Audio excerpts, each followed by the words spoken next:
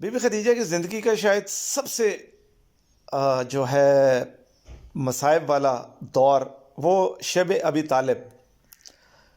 شب ابی طالب ایک ایسا وقت تھا، ایک ایسا ٹائم تھا جو بالعموم تو بنو ہاشم کے لیے، لیکن خود خاندان رسالت کے لیے ایک ایسی آزمائش کہ وہ خاتون جو دولت کی ریل پیل میں پلی بڑھی، اپنے ہاتھوں سے اس زمانے کے اگر ہم کہیں تو ملینئر بلینئر خاتون تھیں، اتنا انہوں نے پیسہ کمایا، لیکن نبی پاک کے ساتھ شانہ بشانہ ہونے کی وجہ سے شب ابی طالب جیسی تکلیف کو بالکل ویسے ہی برداشت کیا جیسے خود جناب ابو طالب علیہ السلام نے بڑھاپے میں کیا اور خود نبی پاک صلی اللہ علیہ وآلہ وسلم نے کیا.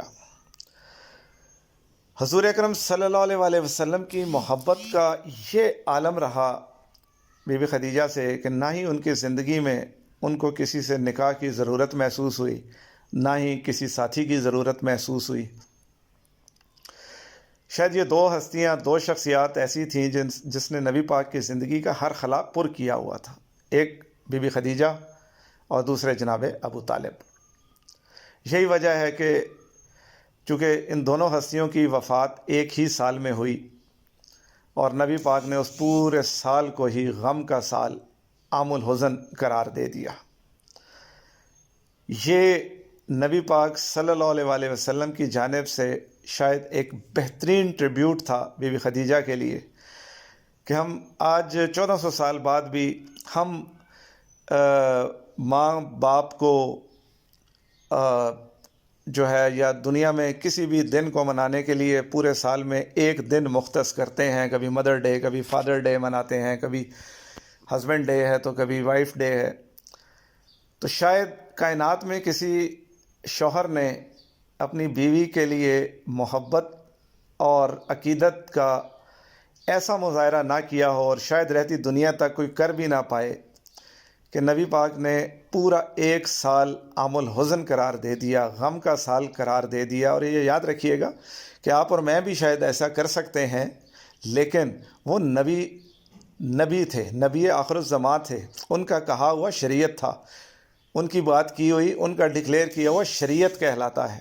یعنی کہ ہم سب اس کو ماننے کے پابند ہیں. تو یہ کوئی چھوٹی بات نہیں تھی کہ جب یہ شریعت لانے والی شخصیت عام الحزن قرار دیتی ہے تو اس کے پیچھے پھر قرآن کی آیت کی روح سے کہ میرا نبی تو کلام نہیں کرتا جب تک میں وحی نہ کر دوں، تو مشیت ایزدی بھی نظر آتی ہے کہ خدا کی بھی یہی مرضی تھی. اور یہ کوئی چھوٹی بات نہیں ہے. بی بی خدیجہ کا مقام سمجھنے کے لیے یہ چند ایک واقعات جس طرح کے بیان کر دیے گئے ہیں، یہ ایسے واقعات ہیں کہ رہتی دنیا تک شاید یہ فضیلت کسی خاتون کو نہ مل پائے. آج کی دنیا میں، آج کے زمانے کی عورت بی بی خدیجہ کی زندگی سے کیا رہنمائی لے سکتی ہے، یا آج کے دور کی عورت کے لیے بی بی خدیجہ کی زندگی یا شخصیت کس طرح ایک رول ماڈل کہلائی جا سکتی ہے؟ یہ بہت اہم سوال ہے. ایک عورت کی زندگی میں جو اہم ترین پہلو ہوتے ہیں وہ بیٹی ہوتی ہے، وہ بہن ہوتی ہے، وہ بیوی ہوتی ہے، وہ ماں ہوتی ہے. بی بی خدیجہ ظاہر ہے اپنے والد کی چہیتی ہوں گی اور ایک بہترین بیٹی ہوں گی. جس طرح انہوں نے اپنے والد کی زندگی میں بھی ان کا ہاتھ بٹایا اور والد کی زندگی کے بعد بھی جس طرح ان کی بزنس امپائر کو لے کر وہ چلیں اور کامیابیوں سے ہمکنار کرایا.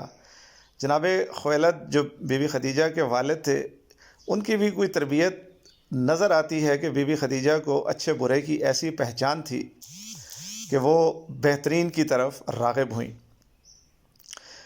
تو یوں کہا جا سکتا ہے کہ بطور بیٹی اگر ہم دیکھیں تو آج کے دور میں ہماری ورکنگ ویمن جو ہیں وہ ایک معاشرے میں ایک چیلنجنگ پوزیشن میں ہوتی ہیں.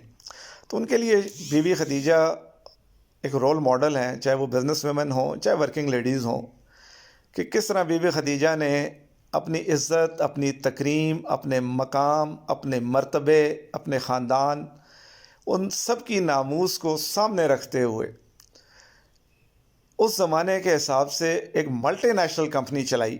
یعنی کہ جب آپ کا سامان تجارت مختلف ملکوں میں جا رہا ہے تو you are a multinational company.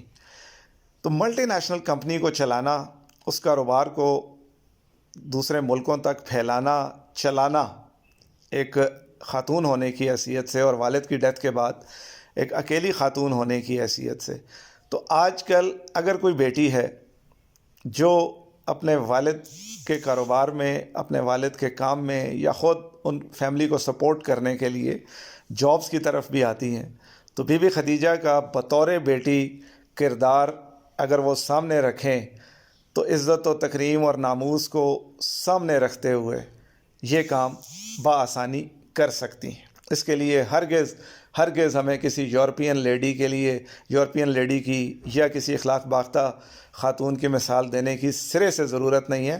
ہمارا اسلام اور ہماری یہ خاتون ایک مکمل رول ماڈل ہیں اس حوالے سے.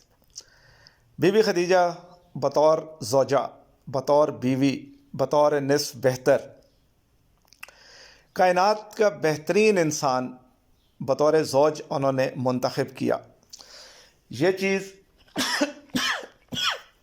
بتاتی ہے کہ آج کی ہماری خواتین بجا طور پر بی بی خدیجہ کا نام لے کر اکثر یہ کہہ دیتی ہیں کہ جی اسلام میں عورت کو یہ حق حاصل ہے کہ وہ اپنے لائف پارٹنر کا انتخاب خود کرے. جی بالکل ایسا ہے.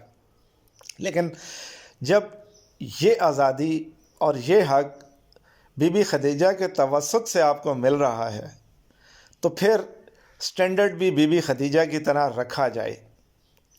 جب آپ کو یہ آزادی ملے اور یہ حق ملے تو پھر خواتین کے لیے ضروری ہے کہ وہ اپنا سٹینڈرڈ اتنا ہائی رکھیں کہ ساری زندگی نہ ان کو خود اپنے انتخاب پر شرمسار ہونا پڑے اور نہ ہی کوئی ان کے اوپر اور ان کے انتخاب پر انگلی اٹھا سکے.